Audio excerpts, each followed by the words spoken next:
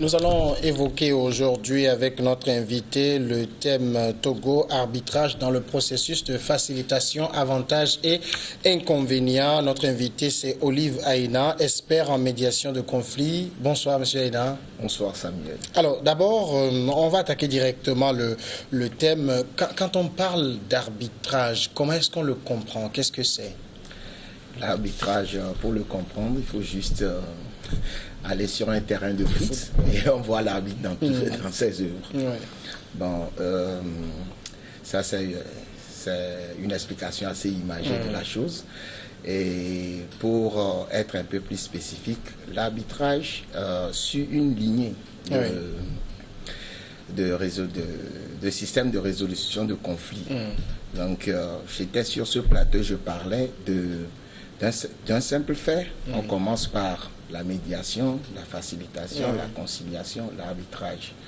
Donc, après l'arbitrage, là, on va dans le domaine de la juridiction proprement dite. Donc, c'est par rapport à la facilitation, il y a une gradation dans le système sur l'échelle des valeurs. Ouais. Donc, il y a un arbitre qui est nommé et qui tranche au vu de ce que présentent les deux parties. L'arbitre fait ses analyses et il tranche. Donc, sa décision a une force exécutoire. Et c'est ça. Est-ce que l'arbitre est différent du facilitateur? Oui, l'arbitre est différent du facilitateur. La facilitation, c'est... Le facilitateur, en fait, il écoute les parties et les aide à trouver leur propre solution, la solution qui les arrange. Donc, dans ce sens, la facilitation, le facilitateur peut revenir avec une facilitation qui n'a pas donné de solution, mais qui a le consentement ou l'assentiment des deux parties, comme il peut trouver une solution. Mais l'arbitre, par exemple, est tenu de donner une solution. Donc, c'est pour ça que je parlais tantôt de gradation. D'un simple fait, on passe à... Bon, s'il faut revoir ça, on passe à la conciliation, où l'autre partie peut dire, ok, je vais être conciliant avec lui, ben, je lui donne ça. Après ça, il y a la médiation. La médiation où on peut trouver une solution ou ne pas trouver une solution et les deux parties repartent camper sur leur position. Mais maintenant, passer cette étape, on tombe dans l'arbitrage.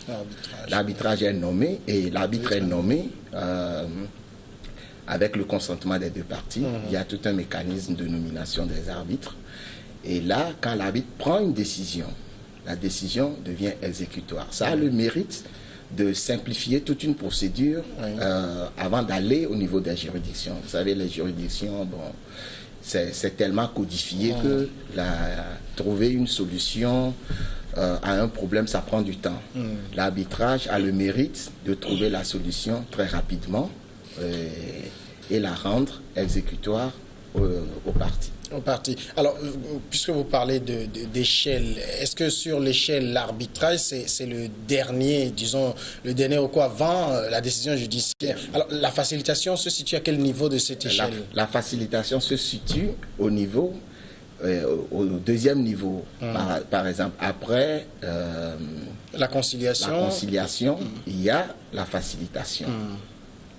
Après la facilitation, entre la facilitation et la médiation, il y a juste une nuance.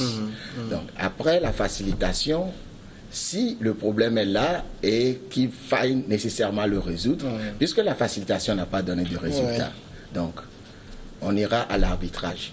Et quand l'arbitre prend cette décision, ça devient exécutoire. Et là, si l'une des parties refuse d'exécuter la décision, puisque cette décision a une force exécutoire, on va l'obliger à exécuter la décision qui est sortie de l'arbitrage. D'accord. Alors, dans le contexte togolais, ne voilons pas la face, nous avons une actualité qui est sur le sujet. On parle depuis le début de facilitation. Voilà. Est-ce que vous pensez qu'on tend vers un arbitrage? Oui, et au regard des événements, j'ai lu quelques journaux et on parle effectivement d'arbitrage. Ben, mais je ne suis pas dans le secret des dieux pour savoir, mais je pense que la médiation a montré ses limites. Maintenant, si on va à l'arbitrage, je pense que ce que je viens de décrire, c'est l'arbitrage au niveau commercial, au niveau particulier. Cet arbitrage va revêtir un caractère beaucoup plus politique. Mais n'empêche que les fondements de l'arbitrage doivent être seront présents dans le schéma. Et si on voit la médiation jusqu'ici, ça fait depuis août, on voit que ça n'a pas donné les résultats escomptés. Donc l'arbitrage est souhaitable et je pense que les arbitres déjà ils ont agi jusqu'ici dans toute légalité. C'est dans cette légalité que l'arbitrage va se faire. Et bon, on verra le résultat. Alors, d'accord, sur le cas par exemple de notre pays, on sait que c'est un fait politique qui est là et que justement ceux qui interviennent, qui font office de facilitateurs sont des étrangers. Comment est-ce qu'on peut comprendre qu'ils deviennent des arbitres et en imposent à un État qui est souverain? Bon, il faut dire que même s'ils deviennent des arbitres, ils ne sont pas devenus arbitres par hasard. C'est ça que j'essayais d'expliquer tantôt. Les arbitres sont toujours nommés avec le consentement des deux parties. Donc, quoi qu'ils soient étrangers, et je peux vous le dire à 100% que les deux parties se sont entendus pour qu'ils jouent le rôle d'arbitre. Sans cela, la procédure même est bancale et ça n'ira pas. Donc, le fait qu'ils soient étrangers et qu'une décision qu'ils pourraient prendre puisse engager tout un État, c'est malheureux, il faut le dire. Mais ce n'est pas par hasard. C'est la force des choses qui nous a conduits. C'est le choix qui a guidé les deux parties à accepter cela. Alors, dans un cas d'arbitrage, quels sont les avantages? Est-ce qu'il y a vraiment d'avantages dans l'arbitrage? Bon, dans l'arbitrage, certainement qu'il y a des avantages, comme dans toute chose. Il y a des inconvénients. Moi, déjà, je dirais que c'est déjà un échec.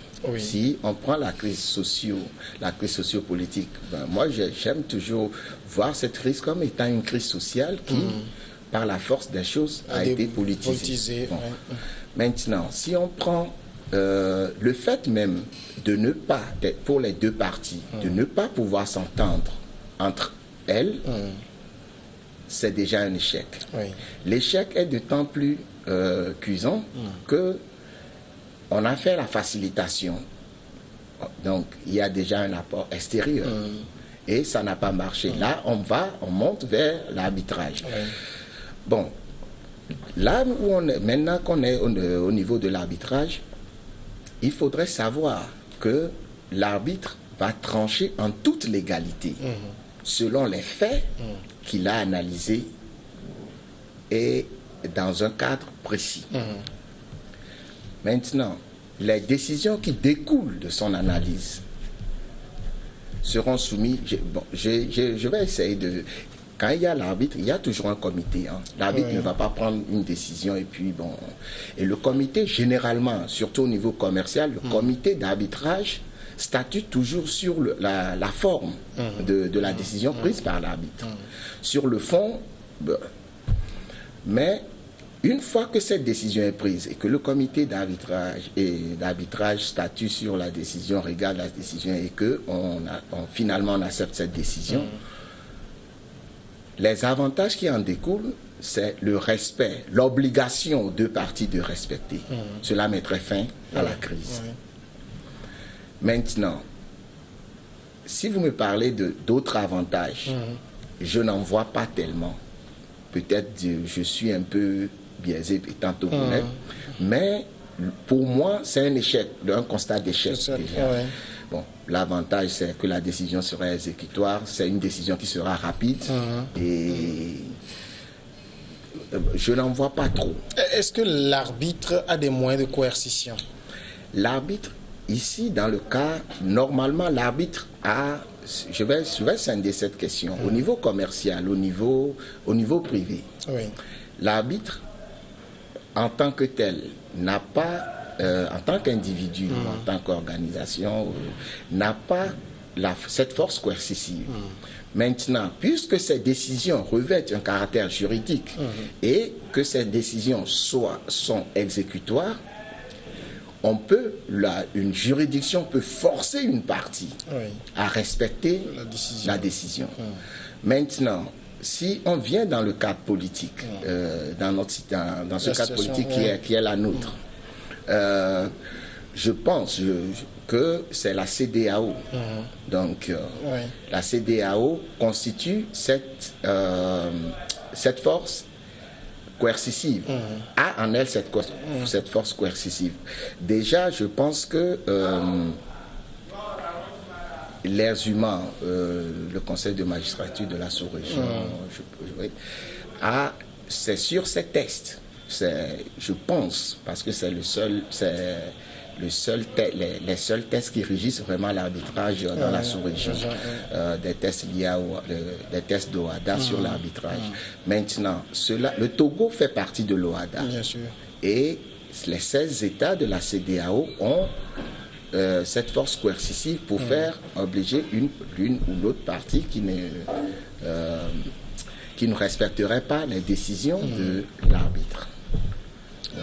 Elles ont cette force, c'est-à-dire en matière politique, puisque nous sommes en train de parler de la politique.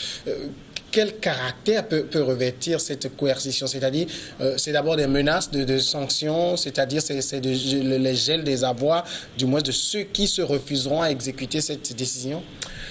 Là, je ne vais pas trop rentrer dans la politique parce que je ne sais pas trop les forces ou bien la méthode coercitive que la CEDEAO va employer. Mais si la CEDEAO parraine l'arbitrage, je suis sûr qu'il y a des dispositions pour que cela se fasse. Maintenant, l'arbitrage doit être fait en respectant la légalité de notre pays. Mais une fois que tout cela, toutes les conditions sont réunies, il ne faudrait pas qu'une partie, puisque l'arbitre par principe est neutre, il ne faudrait pas qu'une partie revienne sur les décisions qu'a pris l'arbitre parce que la situation politique, on aurait pu, j'étais sur ce plateau, je disais, on aurait pu éviter même d'aller en médiation parce que il y a certains points qui étaient, à mon avis, irrecevables. Et étant de l'une ou de l'autre partie.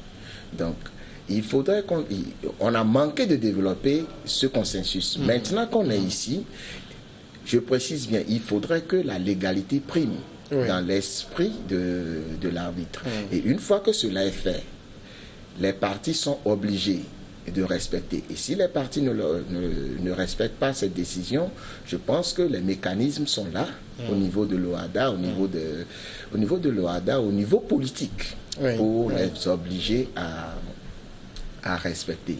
Maintenant, il y a, je vais donner un exemple.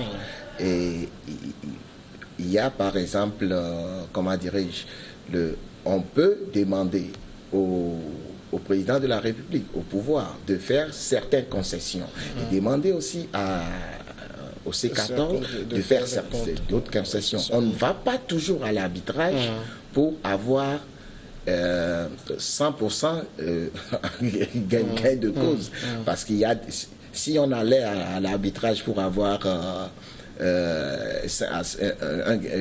une gain de cause à 100%, dans ce cas, l'arbitrage même perd de son intérêt. Voilà. Alors, ce qui fonde le pouvoir de l'arbitre, en fait, c'est l'échec des parties eux-mêmes à s'entendre, c'est ça? Dans ce cas précis, oui. Dans ce cas précis, oui. Au niveau commercial, je reviens toujours au niveau commercial parce que c'est l'arbitrage a plus de sens à ce niveau-là. Au niveau commercial, les gens l'incluent dans les contrats où il y a tout un mécanisme des chambres de commerce, de l'ordre des arbitres et tout pour pallier à ça. Mais dans le cas précis, je pense que les deux parties en sont arrivées à une, je dirais les trois parties avec les facilitateurs.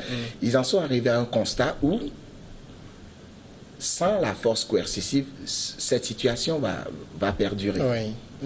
Sans cet aspect coercitif de la chose, puisque depuis que la médiation a commencé, est-ce qu'on peut nommément dire qu'il y a un seul point sur lequel on est parfaitement d'accord et puis on avance, non. Pas du tout.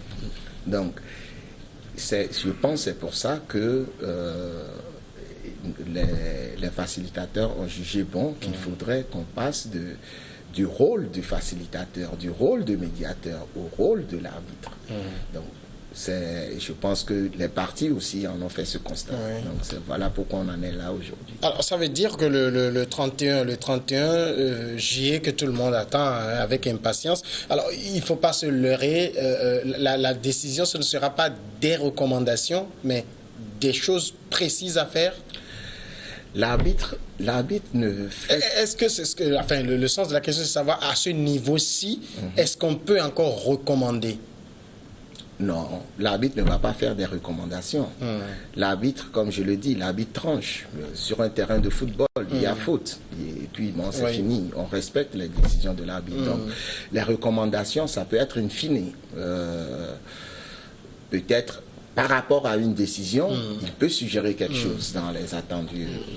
Mais il ne peut pas... Bon, son but n'est pas de recommander encore à faire ceci ou bien de recommander que ceci se fasse. Ou il va prendre des décisions et ces décisions doivent être respectées. Mais quand vous écoutez, par exemple, certaines des deux parties dire que, de toute façon, si la décision de la CEDEAO ne va pas dans le sens du peuple, est-ce que ce n'est pas un peu biaisé le travail qui va se faire? Non, il faut qu'on... Moi, j'essaie d'être un peu technique et ça, ce sont des discours politiques. Voilà. Mais je suis sûr que la personne qui fait ce discours, il sait que la notion même de peuple est très, très ambivalente. Puisque chacune des parties a son peuple. Voilà. Si une décision ne fait pas l'affaire d'une partie, cette partie va appeler le peuple à se soulever. Et si ce sont des natures à eux-mêmes, je pense que c'est contre-productif. Et si l'autre partie aussi sort sa partie du peuple, son peuple pour ne pas exécuter la décision, c'est du cafouillage, c'est du gâchis qui va se passer. Maintenant, il faudrait qu'ils comprennent que la décision est exécutoire et qu'ils intègrent aussi, que les deux parties intègrent aussi que on ne va pas à l'arbitrage pour avoir gain de cause à 100%. Donc, acceptons du moment où on a été, et c'est dommage, incapable de régler cette crise nous-mêmes. Acceptons que quelqu'un puisse le faire à notre place. Et évitons de ces propos qui sont dommageables. Déjà, le processus n'a même pas commencé. Et ce sont des choses qui portent germination à l'échec même du processus. Donc, je pense que c'est un discours politique et que... Ça, à mon avis, ça n'a pas de sens. Alors, s'il faut revenir à l'image caricaturale que vous avez donnée du terrain de football, où on sait que le rôle de l'arbitre, il siffle la faute et il indique qui a fait la faute et sanctionne la personne par un carton jaune ou par un carton rouge. Alors, c'est vrai que nous sommes sur un terrain politique, mais est-ce qu'il y a faute en cette matière-ci? En politique, la notion de faute revêt un autre caractère. Bon, je ne suis pas politicien, mais je ne pense pas que si on doit parler, moi je fais l'éthique, mais si on doit parler de faute au niveau éthique, je pense que les deux parties y trouveront leur compte. Maintenant, en politique, on ne peut pas accuser quelqu'un d'un fait, et ça je parle comme quelqu'un qui fait l'arbitrage. On ne peut pas accuser quelqu'un d'avoir commis une faute et si l'arbitre décide que ce n'est pas une faute, refuser le verdict de l'arbitre. Quand bien même on a participé au choix de cet arbitre. Je ne sais pas si vous voyez ce que je veux dire. Donc, si vous acceptez que telle personne soit arbitre, souffrez que cette personne vous dise que non, il n'y a pas faute. Ou bien qu'il y ait faute. Donc, ça fait aussi partie des prérogatives de l'arbitre. Voilà. Ce n'est pas simplement qu'il dit il y a eu faute, il peut dire qu'il n'y a pas eu faute. Voilà. Et alors, ça veut dire que dans le contexte politique actuel, puisque on sait que tout tourne autour de réformes constitutionnelles, institutionnelles, électorales, etc., est-ce que vous arrivez à vous imaginer quelles peuvent être les décisions de l'arbitre ce 31 juillet? Non, je n'ai pas. Ce que je sais, c'est que c'est une décision qui va revêtir un sceau de légalité. Ça veut dire que il y a certaines choses réclamées par le C14 qui ne vont pas être admis. Et il y a certaines choses que le pouvoir réclame qui n'y feront pas partie non plus. Donc, mais moi, ce qui m'intéresse dans tout ça, c'est le sceau de la légalité. Vous savez, sur quelle base on va dans cet arbitrage? Si c'est sur la base de la CEDEAO, ça veut dire implicitement que le Togo, tel qu'il est aujourd'hui, est accepté comme membre de la CEDEAO. Donc, il y a certaines implications, tant politiques que judiciaires, qui forment un tout cohérent, un tout légal cohérent. Et c'est dans ce cadre que l'arbitre va prendre ses décisions. Et il faudrait d'abord que nous, les partis, acceptent ce cadre de légalité. On ne peut pas vouloir quelque chose et son contraire. Soit on veut aller à l'arbitrage et on accepte les règles qui régissent cet arbitrage, ou bien on ne veut pas aller à l'arbitrage et là, ça serait dommage. Finalement, la décision que va prendre l'arbitre ce 31 juillet, est-ce que ça va juste être une décision pour les deux protagonistes ou pour le peuple? C'est-à-dire, quand je parle du peuple, je ne suis pas dans la notion politicienne de peuple, non. Je parle du Togo, en fait, des Togolais. La décision, quand je parle de légalité, je parle indirectement pour le peuple, en fait. Parce que, en toute chose, il y a l'intérêt des Togolais. Et c'est la notion de légalité même dont je parle dans ce cas précis, c'est l'intérêt supérieur de la nation togolaise. Donc, au-delà des partis, parce que vous savez, les hommes partent, mais le Togo va rester. Il y a une nation, la nation togolaise, elle va se poursuivre. Les hommes vont partir, mais la nation va rester. Donc, les décisions qui vont être prises, du moins, doivent refléter un cadre légal de la nation. Certes, les deux parties vont présenter leur vision de cette notion de nation, de cette légalité nationale et tout, mais le juge, dans sa décision, dans son compte rendu, dans sa prise de décision, non seulement verra l'intérêt des deux parties, mais il y a un autre intérêt qui est beaucoup plus grand que l'intérêt des partis. Voilà. C'est l'intérêt du général. Voilà, c'est l'intérêt du général, l'intérêt national, le cadre légal d'une nation, appelez-le comme vous voulez. Je pense que c'est ce qui est primordial dans cette distance. Est-ce qu'il est possible, que ce soit en matière commerciale ou en matière politique, comme la matière que nous traitons, de faire pression sur l'arbitre? faire pression sur l'arbitre. Ben, si on accepte d'être arbitre, déjà même quand on vous choisit comme arbitre, déjà vous avez une pression. Oui. Bon, ben, faire pression sur l'arbitre, je pense que chaque métier a ses risques. Oui, l'arbitre subit des pressions, ne serait-ce que savoir qui doit arbitrer une cause aussi importante, c'est une pression. Mais est-ce que cette pression ne peut pas être dépassée? Je crois. Je ne pense pas. Déjà, si je vois la qualité du travail qu'ils ont fait jusqu'à maintenant, je pense que c'est très louable. Et je ne pense pas que ces pressions sont de nature à les déranger. Olive Aina, merci d'être passé répondre à nos questions. Merci à vous, Samuel. Vous êtes expert en médiation de conflits. La pause, tout de suite, juste derrière cette pause, on va recevoir les journalistes pour Regard Croisé.